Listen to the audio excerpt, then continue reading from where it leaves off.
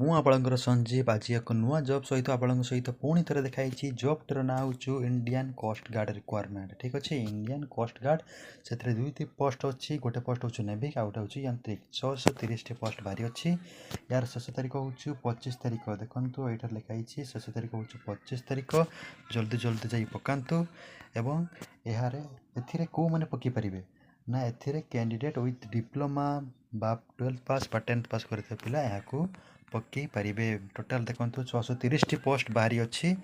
ଏବଂ application fee କେତେ କ'ଣ ଲାଗୁଛି? ଆପ୍ଲିକେସନ୍ ଫି ହେଉଛି SC/ST ମାନଙ୍କ ପାଇଁ 0 ଏବଂ ଅଦର କ୍ୟାଣ୍ଡିଡେଟ୍ ମାନେ କେବଳ 300 ଟଙ୍କା ତାଙ୍କ ପାଇଁ ଲାଗୁ ହେଉଛି। ଠିକ୍ ଅଛି, 300 ଟଙ୍କା। ଶେଷ ତାରିଖ ଦେଖନ୍ତୁ, ମୁଁ ଆପଣଙ୍କୁ ବାର କହୁଅଛି, ଶେଷ ତାରିଖ ହେଉଛି 25 ତାରିଖ। ଏବଂ କେଉଁମାନେ ଏବଂ କେତେ ବର୍ଷର ପିଲା ଏହାକୁ ପକାଇ ପାରିବେ?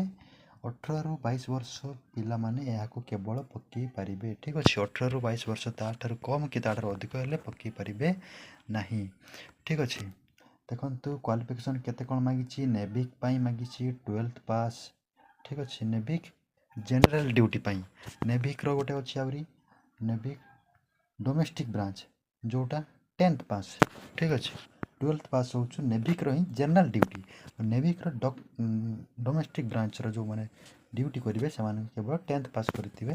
ଏବଂ ଯାନ୍ତ୍ରିକରେ 10th ପାସ୍ଟା ନିହାତି ଜରୁରୀ। ଠିକ୍ ଅଛି, କେବଳ 10th ପାସ୍ଟା ନିହାତି ଜରୁରୀ। ତା ସହିତ ଯଦି ମେକାନିକାଲ୍ କି ଇଲେକ୍ଟ୍ରିକାଲ୍ ଆଦି ଡିପ୍ଲୋମା କିମ୍ବା ବିଟେକ୍ ଲେଭେଲ୍ର କୋର୍ସ କରିଥିବେ ତ ଭଲ ହେବ। ଏଥିରେ ସାଲାରୀ କେତେ କ'ଣ ରହିଅଛି?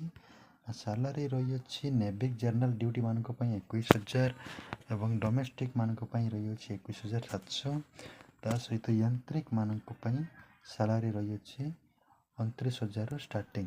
ଠିକ୍ ଅଛି, ତ ଏମିତି 4ଟି ପୋଷ୍ଟ ବାହାରି ଅଛି। ନେଭିକ୍ର 2ଟି, ନେଭିକ୍ର ଗୋଟିଏ ଏବଂ ଯାନ୍ତ୍ରିକର 3ଟି ପୋଷ୍ଟ ରହିଅଛି।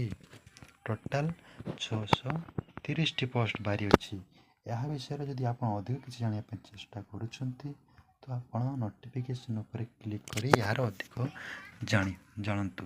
ତ ଚ୍ୟାନେଲ୍ଟିକୁ ସବସ୍କ୍ରାଇବ୍ କରି ରଖନ୍ତୁ, ଯାହାଫଳରେ ଏମିତି ଆହୁରି ମୁଁ ଆପଣଙ୍କୁ ଭଲ ଭଲ ଜବ୍ର ସୂଚନା ଦେଉଥିବି।